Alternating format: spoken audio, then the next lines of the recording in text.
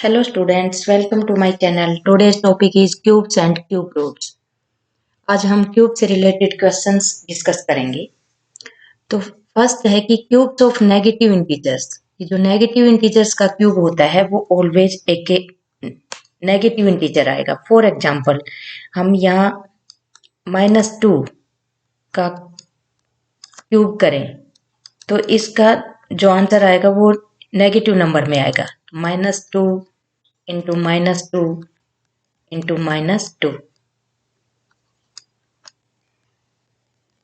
तो यहाँ पे हम देखें कि 2 2 जा 4, ये तो प्लस के हो गए क्योंकि माइनस और माइनस को मल्टीप्लाई करेंगे तो प्लस का बन जाएगा। तो यहाँ पर तो 2 2 जा 4 हो गया और 4 तो प्लस का हो गया और माइनस का हो गया 2, तो यहाँ पर आएगा माइनस का 8 क्योंकि प्लस माइनस क्या बनता है माइनस, और माइनस माइनस से क्या बनता है plus.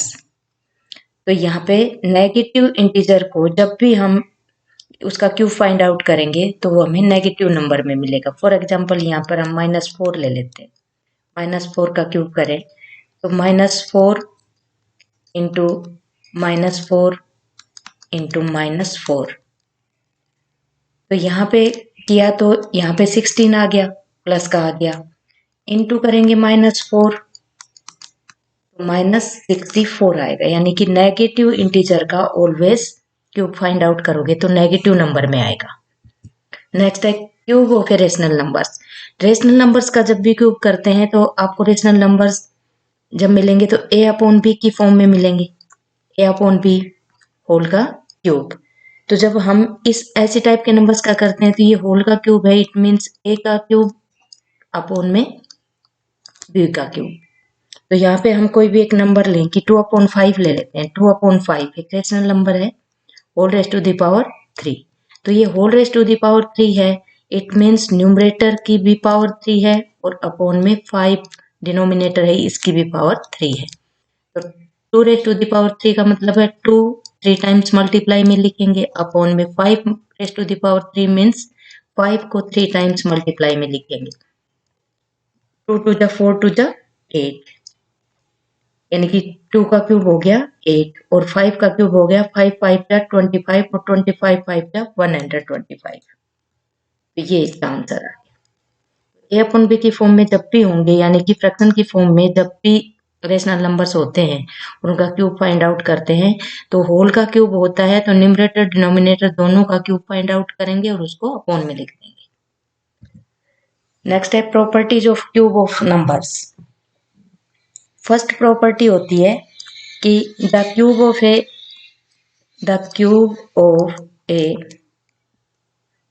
Of every even number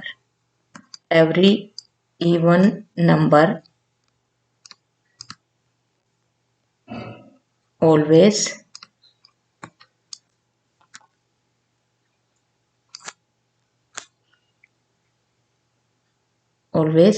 get even। यानी कि जब भी इवन नंबर्स का क्यूब फाइंड आउट करेंगे तो आपको इवन नंबर ही मिलेगा। फॉर एग्जांपल हम 4 का क्यूब फाइंड आउट करें, 4 रेज टू द पावर 3, तो 4 इंटू 4 इंटू 4 64 हो गया। 64 ये एक इवन नंबर है। और जब भी हम ओड नंबर्स का फाइंड आउट करेंगे, यानी कि ओड नंबर्स का, तो ऑलवेज हमें ओड नंबर ही मिलेगा।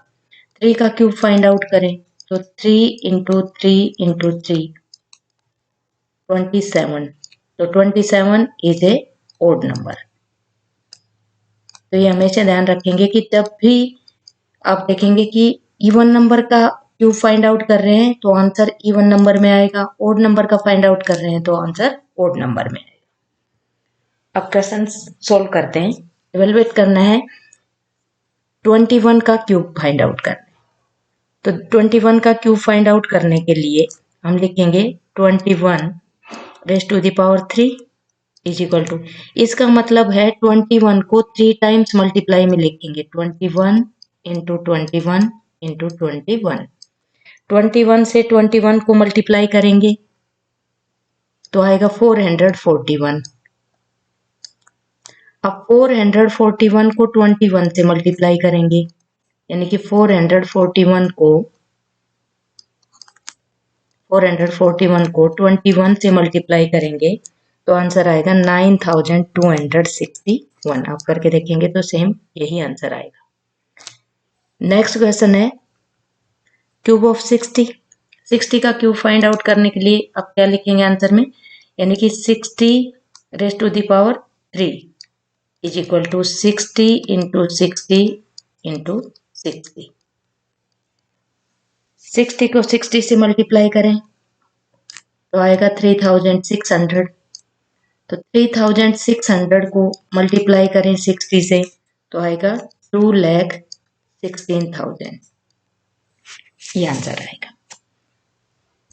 नेक्स्ट है नंबर डेसिमल नंबर में है, डेसिमल नंबर्स का क्यूब करें तो सबसे पहले जो डेसिमल नंबर है 1.2 रेज टू द पावर 3, तो इसको हम फ्रैक्शन में लिख लें, डेसिमल फ्रैक्शन में, यानी कि 1.2 रेज टू द पावर 3 को हम लिख सकते हैं 12/10 इंटू 12/10 इंटू 12/10 ऐसे लिख सकते हैं। अब 12 को 12 से मल्टीप्लाई करेंगे, 12 को 12 से मल्टीप्लाई करेंगे तो आएगा 144। अगेन इसको 12 से करेंगे तो आएगा 1728 और इसके अपोन में 10 10 जा 100 और 100 10 जा 1000। अब यहाँ 1000 लिख देते हैं। अब देखो वापस इसको फ्रैक्शन फॉर्म में लेकर चलें तो 3 जीरोज हैं, तो आपने ये नंबर फ्रैक्शन में पढ़े थे कि न्यूमरेटर को एज इट इज लिखेंगे तो जितने जीरो हैं उतने राइट टू लेफ्ट चलेंगे, 1 2 3 और डेसिमल पॉइंट लगा देंगे यहाँ 1.728। और अगर आप इसी क्वेश्चन को 1.2 इंटू 1.2 इंटू 1.2 करते हैं तो भी सेम वही आएगा आंसर 1.728। ये ज़्यादा इजी हो जाता है फ्रैक्शन फॉर्म वाला। अब नेक्स्ट है 0.8 रेज टू द पावर 3, तो 0.8 रेज टू द पावर 3, तो एक तो ये है कि हम इसको 0.8 इंटू 0.8 इंटू 0.8, तो यहाँ पे 0.8 और 0.8 की मल्टीप्लाई करेंगे तो 0.64 आ गया।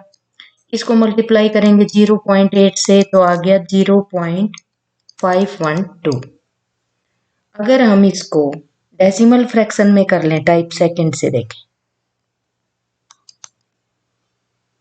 टाइप सेकंड, तो हम 0.8 रेज टू द पावर 3 को हम लिख सकते हैं 8/10 इंटू 8/10 इंटू 8/10।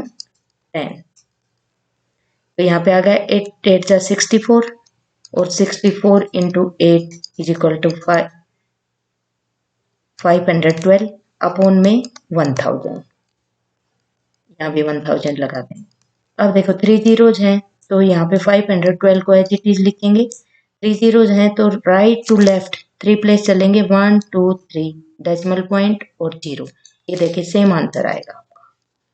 आप कौन से भी किसी भी टाइप से आप इसको सोल्व करेंगे तो आपका सेम आंसर आएगा। अगर आप डेसिमल में ही मल्टीप्लाई कर रहे हैं तो भी आंसर सेम आएगा और इसको अगर डेसिमल फ्रैक्शन में चेंज कर रहे हैं तो भी आंसर सेम आएगा। नेक्स्ट क्वेश्चन है रेशनल नंबर का है 4/7 रेज टू द पावर 3। तो इसको सोल्व करने के लिए 4/7 रेज टू द पावर 3 है, क्यूब फाइंड आउट करना है। तो ये होल का क्यूब है, इट मीन्स न्यूमरेटर का भी क्यूब है और साथ में ये डिनोमिनेटर का भी क्यूब है। इसका मतलब है 4 को भी 3 टाइम्स मल्टीप्लाई में लिखना होगा और अपॉन में 7 को भी 3 टाइम्स मल्टीप्लाई में लिखेंगे। 4 4 जा 16, 16 4 जा 64 अपॉन में 7 7 जा 49 और 49 7 जा 343। ये इसका आंसर आ गया। नेक्स्ट क्वेश्चन है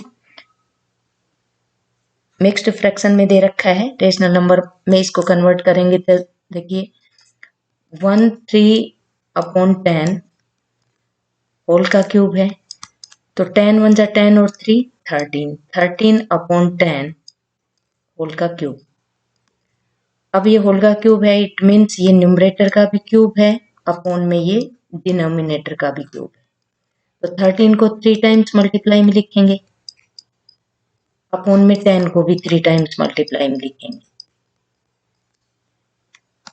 अब 13 को 13 से मल्टीप्लाई करेंगे 169 आएगा, यानी कि 13 को 13 से मल्टीप्लाई करते हैं तो इसका आता है 169। इसको 13 से करेंगे तो 169 को जब 13 से मल्टीप्लाई करेंगे तो 2197 आएगा, अपॉन में 1000 कहाँ जाएगा, 10 को 3 टाइम्स मल्टीप्लाई किया, अपॉन में 1000 लिख देंगे। इसको डिवाइड करते हैं तो मिक्स्ड में आ जाएगा, मिक्स्ड फ्रैक्शन में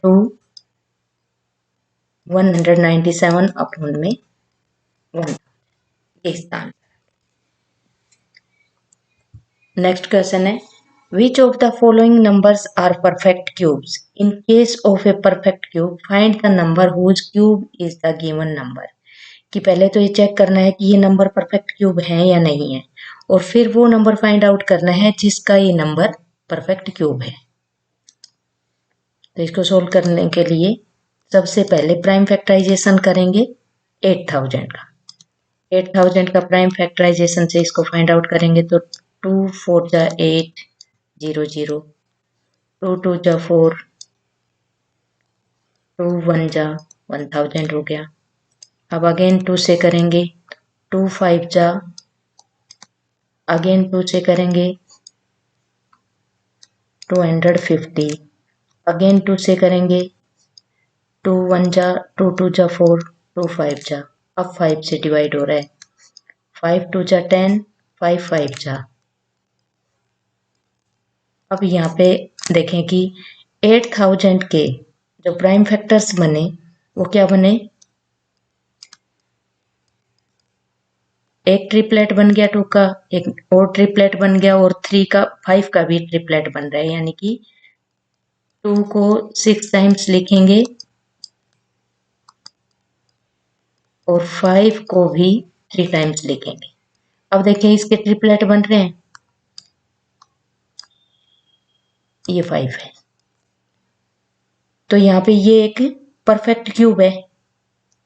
और अगर नंबर की बात करें कि किस नंबर का परफेक्ट क्यूब है, ये 8000 किस नंबर का परफेक्ट क्यूब है, तो बात करें कि एक ट्रिपलेट में से एक लेंगे, यानी कि 2 इंटू 2 इंटू 5, 2 का ट्रिपलेट, एक और 2 का ट्रिपलेट और 5 का ट्रिपलेट, तो सब में से एक एक ले लिया हमने यहाँ पे प्राइम फैक्टर।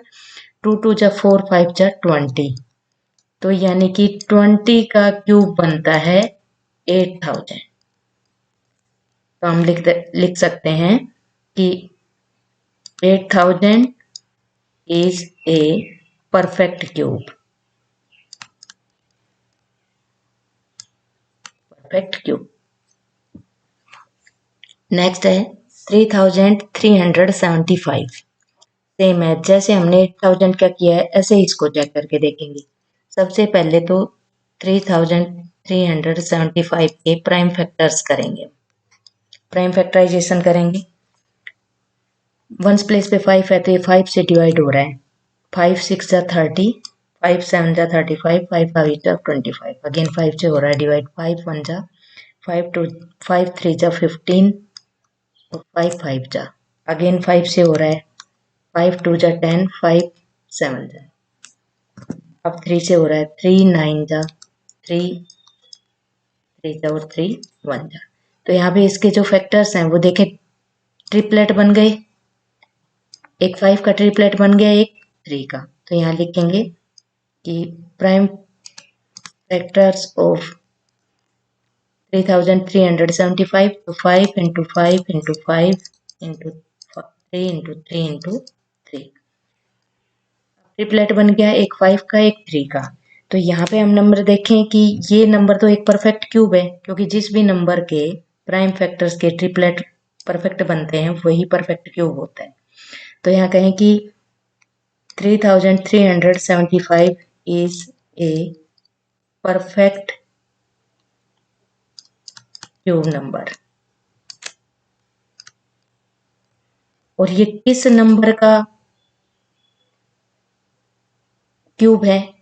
तो हम कहें एक ट्रिपलेट में से 5 लेंगे, दूसरे में से 3, 5 3 जा 15, यानी कि 15 का अगर क्यूब करते हैं तो वो आता है 3375। नेक्स्ट है find the smallest number by which 1323 must be multiplied so that the number is a perfect cube. यानी कि किस नंबर स्मॉलेस्ट नंबर से 1323 को मल्टीप्लाई करें कि वो एक परफेक्ट क्यूब नंबर बन जाए। तो सबसे पहले तो हम इसके प्राइम फैक्टराइजेशन से हमें चेक करना होगा कि ये इसके प्राइम फैक्टर्स फाइंड आउट करेंगे। सोल्व करते हैं इसको। 1323 के प्राइम फैक्टर्स फाइंड आउट करेंगे। सबसे 3 से डिवाइड करते हैं, 3 से डिवाइड हो रहा है, 3 4 जा 12, 3 4 जा 12, 3 1 जा, अगेन 3 से हो रहा है, 3 1 जा 3 4 जा 12, 3 7 जा 21, अगेन 3 से हो रहा है, 3 4 जा 12, 3 9 जा, अब 7 से डिवाइड हो रहा है, 7 7 जा और 7 1 जा। तो यहाँ पे 1323 के प्राइम फैक्टर्स देखें तो 3 इंटू 3 इंटू 3 इंटू 7 इंटू 7, एक ट्रिपलेट तो 3 का बन गया, अब ट्रिपलेट नहीं बन रहा 7 का। तो यहाँ ये नंबर किससे मल्टीप्लाई होगा? 1323, जिसका पेयर नहीं बन रहा यानी कि जिसका ट्रिपलेट नहीं बन रहा उसमें से एक 7 से, यानी कि 7 इंटू 7 49 से नहीं, 7 से मल्टीप्लाई करेंगे अगर 1323 को, तो ये एक परफेक्ट क्यूब नंबर बनता है। यहाँ पे हम लिख सकते हैं कि we should multiplied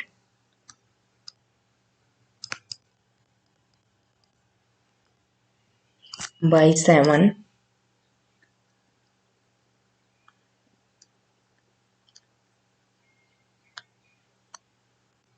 we get 1323 as a perfect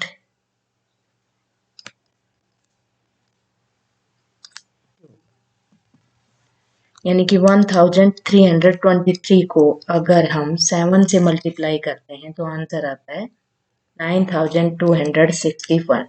और जो 9261 है ये इस नंबर का परफेक्ट क्यूब बन जाता है 21 का। 21 का जो परफेक्ट क्यूब होता है वो होता है 9261।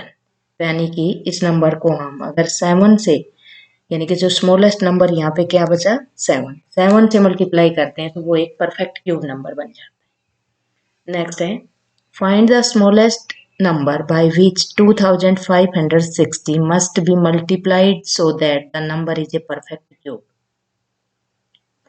यानी कि किस स्मॉलर नंबर से मल्टीप्लाई करें कि ये एक परफेक्ट क्यूब बन जाए। तो सबसे पहले 2560 के प्राइम फैक्टराइजेशन करेंगे। 2560 2 से डिवाइड हो रहा है, 1 प्लेस पे 0 है तो 2 1 जा 2 2 जा 4, 2 8 जा 16 और 0, 2 6 जा 12, 2 4 जा 8 0, 2 3 जा 6, 2 2 जा 4 0, अगेन 2 से 2 1 जा 2 6 जा 12 0, 2 8 जा 0, 2 4 जा, अगेन 2 से डिवाइड हो रहा है, 2 20 जा 2 10 2 5 और 5 से 1, यानी कि ट्रिपलेट बना 1 2 3 और एक 5 रह गया। तो यहाँ पे 2560 के प्राइम फैक्टराइजेशन देखें तो 2 इंटू 2 इंटू 2 यानी कि 9 टाइम्स 2 है और साथ में एक 5 का ट्रिपलेट नहीं बन रहा। तो यहाँ पे देखिए ट्रिपलेट बन गया 2 का, ये 2 का बन गया और ये 2 का। तो स्मॉलेस्ट नंबर कौन सा होगा जिसे जिससे 2560 को मल्टीप्लाई करें तो परफेक्ट क्यूब बने? तो हम कहेंगे द नंबर इज 5, यानी कि 2560 को अगर 5 से मल्टीप्लाई करते हैं तो जो नंबर आएगा वो एक परफेक्ट क्यूब बनेगा। नेक्स्ट है find the smallest number by which 1600 must be divided so that the quotient is a perfect cube.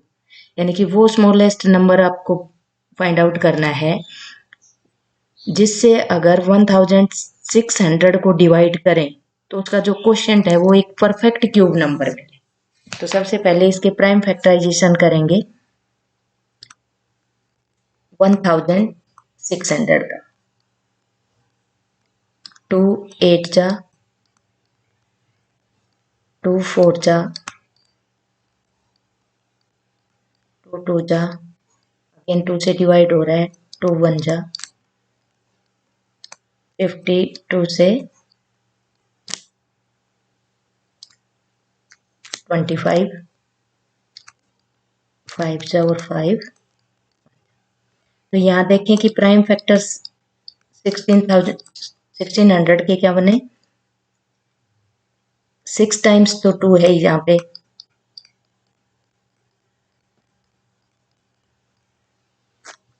और 2 टाइम्स 5 है। तो यहाँ देखिए कि ट्रिपलेट बना 2 का, यानी कि 3 3 का ग्रुप बनाना है, एक 2 का ये ग्रुप बन गया।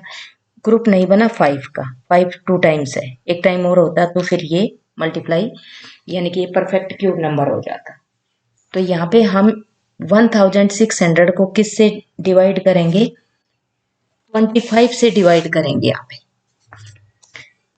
तो यहाँ पे लिख सकते हैं therefore 5 into 5 is equal to 25 is to be divided। तो जो लिस्ट यानी कि जो स्मॉलेस्ट नंबर है तो हम लिख सकते हैं hence the smallest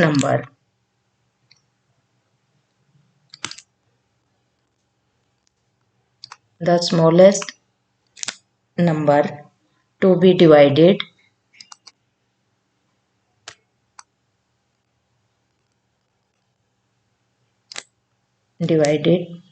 for getting